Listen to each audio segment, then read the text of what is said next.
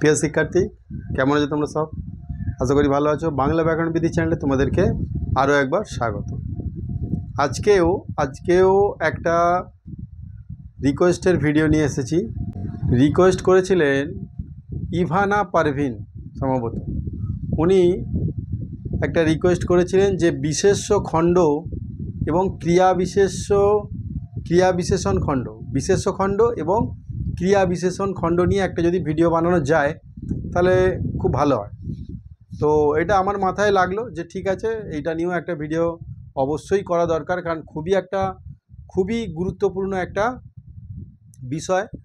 অনেকে বুঝতে পারে না বলে বুঝতে চায়ও না, সেই জন্য তোমাদের কাছে আমি খুব সহজ করে তুলে ধরার চেষ্টা করছি। তোমরা দেখো, আজ যারা 2025 সেকেন্ড SLST পরীক্ষা দিচ্ছ, তোমাদের ক্ষেত্রেও কিন্তু বিশেষ গুরুত্বপূর্ণ একটা ভিডিও হতে চলেছে, কারণ এই বিষয়গুলো অবশ্যই মাথায় রাখা দরকার। যদিও পরীক্ষায় আসবে না, আবার আসতেও পারে, কিন্তু তোমাদের সব বিষয়গুলো অন্তত নলেজে রাখা দরকার।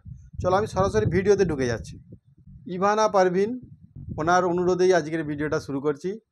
তুমি যদি দেখে থাকো ভিডিওটা, অবশ্যই কমেন্টে জানিও কেমন লাগলো, আর বাকিরা যারা দেখছো অবশ্যই কমেন্টে জানাবে। আর তোমরা কোন বিষয়টা বুঝতে অসুবিধা হচ্ছে, কোন বিষয় নিয়ে তোমাদের ভিডিও বানালে একটু সুবিধা হয়, তো সেটা আমাকে অবশ্যই কমেন্টে জানিও, আমি ভিডিও নিয়ে আসবো অবশ্যই। দেখো কি লিখেছি, দেখো অদিতি যায়, কি লিখেছি, অদিতি যায়, অদিতি পায়ে হেঁটে যায়। তারপর দেখো অদিতি পায়ে হেঁটে স্কুলে যায়, অদিতি পায়ে হেঁটে স্কুলে যায়। তারপরে দেখো অদিতি দ্রুত পায়ে হেঁটে স্কুলে যায়। তারপরে বাক্যটা দেখো, অনুসুয়ার দিদি অদিতি দ্রুত পায়ে হেঁটে স্কুলে যায়। আবার দেখো, অনুসুয়ার শান্তশিষ্ট দিদি অদিতি দ্রুত পায়ে হেঁটে স্কুলে যায়। আবার দেখো, অনুসুয়ার শান্তশিষ্ট দিদি অদিতি ব্যাগ নিয়ে দ্রুত পায়ে হেঁটে স্কুলে যায়। লাস্টেরটা দেখো, অনুসুয়ার শান্তশিষ্ট দিদি অদিতি ভারী ব্যাগ নিয়ে দ্রুত পায়ে হেঁটে স্কুলে যায়। তাহলে এই বাক্যগুলো লক্ষ্য করেছো? বাক্যগুলোর মধ্যে একটা বাক্যকে কত রকমভাবে, মানেটা একই রইল, প্রায় মেন যে উদ্দেশ্যটা সেইটা একই রইল, কিন্তু বাক্যটা অনেকটা বেড়ে গেল। প্রথমে কটা পদ ছিল? একটা অদিতি আর একটা হচ্ছে যায়, এই দুটো পদ ছিল।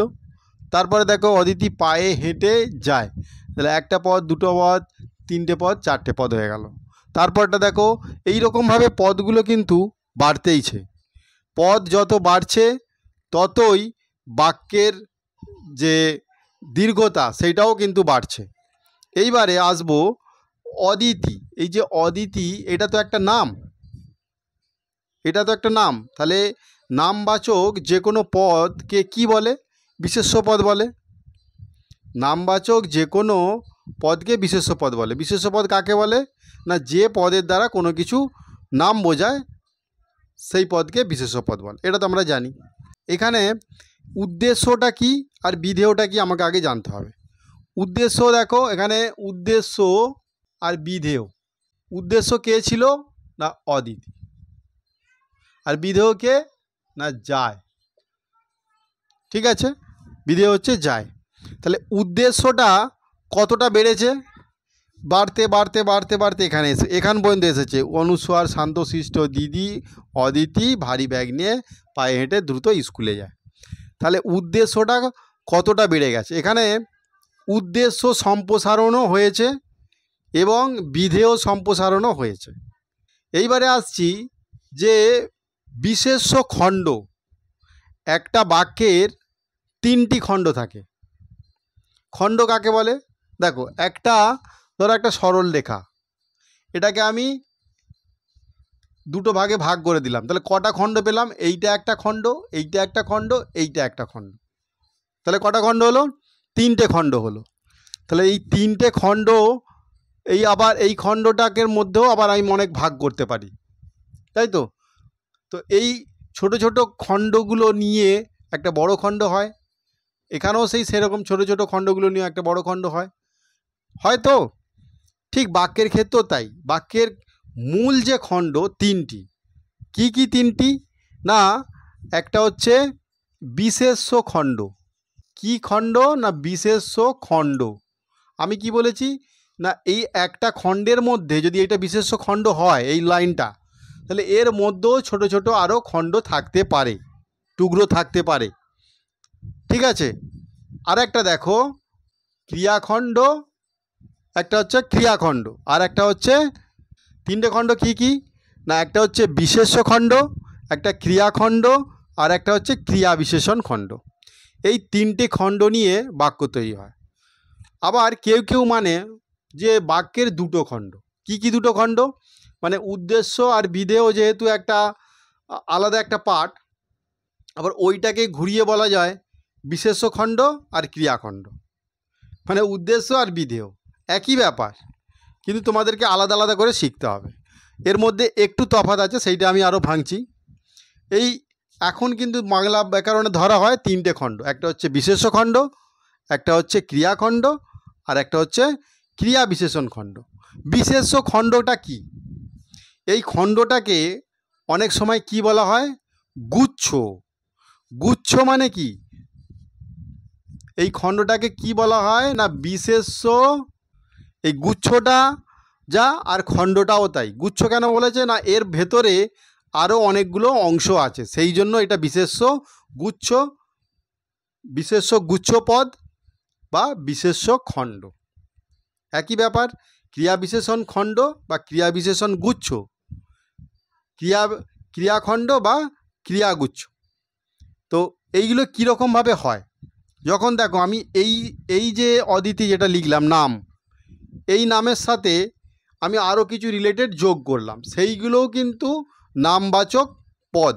যেমন অদিতি পায়ে হেঁটে যায়, অদিতি পায়ে হেঁটে যায়, পায়ে হেঁটে যায়, এখানে অদিতি হচ্ছে বিশেষ্য পদ। অদিতি পায়ে হেঁটে যায়, কেমন করে যায়? যায় তাহলে ক্রিয়া, কেমন করে যায়? যায় হচ্ছে ক্রিয়াখণ্ড, আর কেমন করে যায় না পায়ে হেঁটে যায়, তাহলে এটা হচ্ছে ক্রিয়া বিশেষণ খণ্ড। পায়ে হেঁটে হচ্ছে ক্রিয়া বিশেষণ খণ্ড। তাহলে এখানে আমি তিনটে খণ্ড কি পেলাম, একটা হচ্ছে বিশেষ্য খণ্ড অদিতি, একটা হচ্ছে পায়ে হেঁটে হচ্ছে ক্রিয়া বিশেষণ, আর যায় হচ্ছে ক্রিয়াখণ্ড। বোঝা গেল? এর তার পরের বাক্যটা দেখো, অদিতি পায়ে হেঁটে স্কুলে যায়।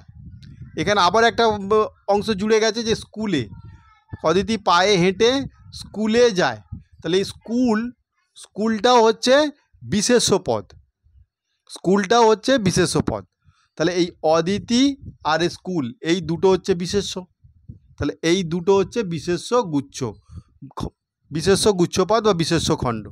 তারপরে অদিতি দ্রুত পায়ে হেঁটে স্কুলে যায়, তাহলে এখানে আর একটা বিশেষ্য, এই একটা বিশেষ্য। এবারে কেমন করে স্কুলে যায় না দ্রুত, প্রথমে ছিল পায়ে হেঁটে, তারপর আছে দ্রুত, মানে যাওয়াটাকে আরও মানে মডিফাই করার জন্য দ্রুত ব্যবহার করা হয়েছে। দ্রুত পায়ে হেঁটে যাচ্ছে, এইটা হচ্ছে ক্রিয়া বিশেষণ, কেমন করে যাচ্ছে। তারপরটা দেখো, অনুসুয়ার দিদি অদিতি দ্রুত পায়ে হেঁটে স্কুলে যায়। এখানে এবারে কী বেড়েছে দেখো, অনুসুয়ার একটা নাম, তার দিদি একটা হচ্ছে বিশেষ্য পদ, দিদিটাও, অদিতি তো বিশেষ্য পদ ছিল, আর এখানে স্কুল আছে। 1 2 3 4 এই চারটে বিশেষ্য পদ এখানেতে যুক্ত হয়েছে বাক্যটাতে। তাহলে এই চারটে পদকে মিলিয়েই একটা পদ হিসাবে ধরা হয়, চারটে পদকেই নিয়ে একটা পদ হিসাবে ধরা হয়, বা এই চারটে পদ হচ্ছে বিশেষ্য পদ যেহেতু, তাহলে এইগুলো হচ্ছে বিশেষ্য গুচ্ছ পদ বা বিশেষ্য খণ্ড। ঠিক আছে, এইটাকে যদি তোমরা পরপর ধরো, অনুসুয়ার দিদি অদিতি, এইটা হচ্ছে একটা বিশেষ্য খণ্ড বা বিশেষ্য গুচ্ছ। তারপরে দেখো আবার কি লিখেছি, অনুসুয়ার শান্তশিষ্ট দিদি অদিতি, তাহলে 1 2 3 4 শান্তশিষ্ট দিদি, এটা কিন্তু বিশেষ্য কেমন দিদি, শান্তশিষ্ট দিদি, এইটা হচ্ছে বিশেষ্যের মানে বিশেষ্যের বিশেষণ, কিন্তু এইটা হচ্ছে বিশেষ্য গুচ্ছর মধ্যেই থাকবে। যদি বিশেষ্যের বিশেষণ হয় কেমন দিদি না শান্তশিষ্ট দিদি, তাহলে এইটাও কিন্তু বিশেষ্য গুচ্ছের মধ্যে থাকবে বা বিশেষ্য খণ্ডের মধ্যেই থাকবে। ভালো করে মাথায় ঢুকিয়ে নাও। তাহলে অনুসুয়ার শান্তশিষ্ট দিদি অদিতি ব্যাগ নিয়ে স্কুলে যায়, তাহলে এখানে ব্যাগ একটা হচ্ছে নামপদ বা বিশেষ্য পদ, তাহলে এখানে আরও একটা বিশেষ্যযুক্ত হলো, তাহলে এইটা পুরোটা মিলিয়ে হচ্ছে বিশেষ্য খণ্ড। বাকি বিধেয় অংশ যেটা আছে এটা হচ্ছে ক্রিয়া, আর এইটা হচ্ছে দ্রুত পায়ে হেঁটে মানে ক্রিয়া বিশেষণ খণ্ড এটা। তারপর অনুস্বার শান্তশিষ্ট দিদি অদিতি ব্যাগ নিয়ে স্কুলে যায়। তারপরটা লাস্ট যেটা আছে অনুস্বার শান্তশিষ্ট দিদি অদিতি ভারী ব্যাগ নিয়ে দ্রুত পায়ে স্কুলে যায়। কি নিয়ে যায়? ব্যাগ নিয়ে স্কুলে যায়। এই যে কি নিয়ে যায় এটা তো কর্ম, উত্তরটা কি নিয়ে যাচ্ছে? ব্যাগ নিয়ে, ব্যাগটা হচ্ছে কর্ম, ঠিক আছে। তাহলে কর্ম যদি মুখ্য কর্ম এবং গৌণ কর্ম থাকে, যদি মুখ্য কর্ম এবং গৌণ কর্ম থাকে তাহলে সেইটাও কিন্তু ওই ক্রিয়া বিশেষণের খণ্ডেতেই কিন্তু ওটা পড়বে।